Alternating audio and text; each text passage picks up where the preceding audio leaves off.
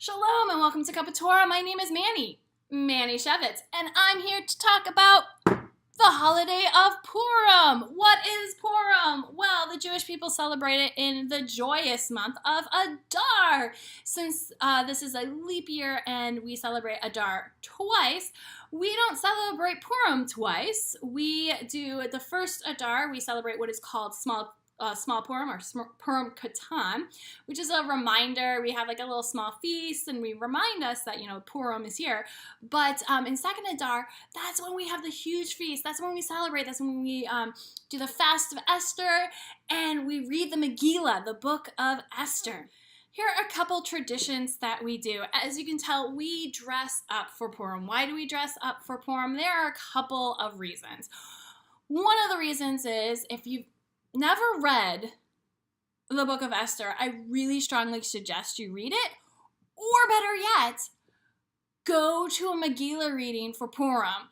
Listen to the book of Esther and see how we celebrate Purim and how amazing we bring that book to life. In the book of Esther, she has to do Esther doesn't say that she's Jewish to the king because she want to be queen. She didn't think that he would accept her if she was Jewish, so she hid her identity until later on when the Jews were about to die and Esther went to the king and was like, hey, I'm Jewish, so if you kill all the Jews, you got to kill me.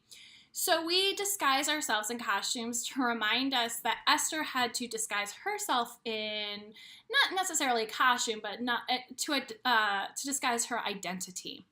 Another reason is that God works miracles every day and through everybody. Everybody is a miracle. And no matter what you look like, no matter who you are, you could be a clown, you could be a queen, you could be a princess, you could be Spider-Man. No matter, you are a miracle and God works miracles through you every single day. So we dress up to remind ourselves that no matter what we look like, no matter who we are, God is working a miracle through us. What else happens during Purim? Well, if you go to a Megillah reading, you will hear whenever they say the name Haman or Haman, that's the bad guy. He tries to kill the Jews. We stomp our feet. We have groggers and noisemakers, and we boo and we hiss because we want to blot out his name. We want to forget, we want to remember, but we also want to forget. So we blot out his name, we hiss and we boo, and we remind ourselves that that was a bad guy. A lot of traditions is you drink, if you're of age, you drink to forget the bad, but also you drink to remember the good. It's a mitzvah to whenever something good happens, you do a l'chaim, like a little shot of alcohol to celebrate. So we're celebrating, but we're also drinking to forget all the bad.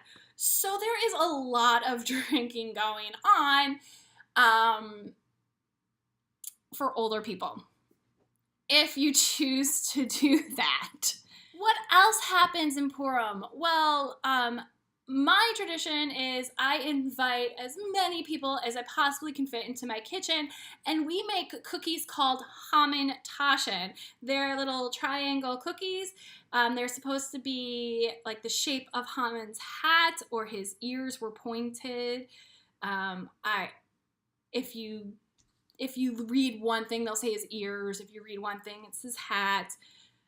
Anyways, so we make these Haman Tashen, and they're like sugar cookies that are filled with like poppy seeds is tradition. I love raspberries. Nutella is really good in it. Anything you want to like put in the center. And then you make Mishliot Minot bags, which are these goodie bags, and you pass them out to people to remind us that, hey, we're still alive, we're still here. Just like the meme that I saw, it was that like, most Jewish holidays, they tried to kill us, we survived, let's eat. That's kind of this holiday. We give out these goodie bags to remind us that, hey, they tried to kill us, we survived. Here's some goodies, let's eat. We have a feast.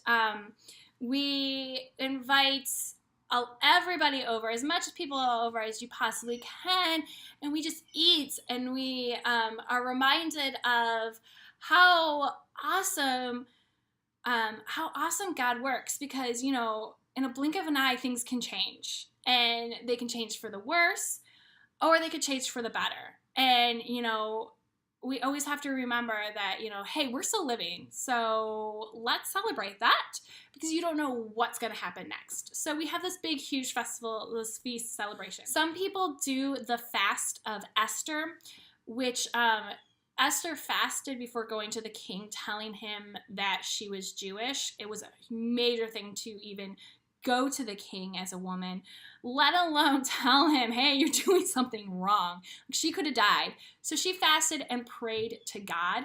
So some people fast before Purim to remind them of the fast that Esther had to take. So it was the fast of Esther.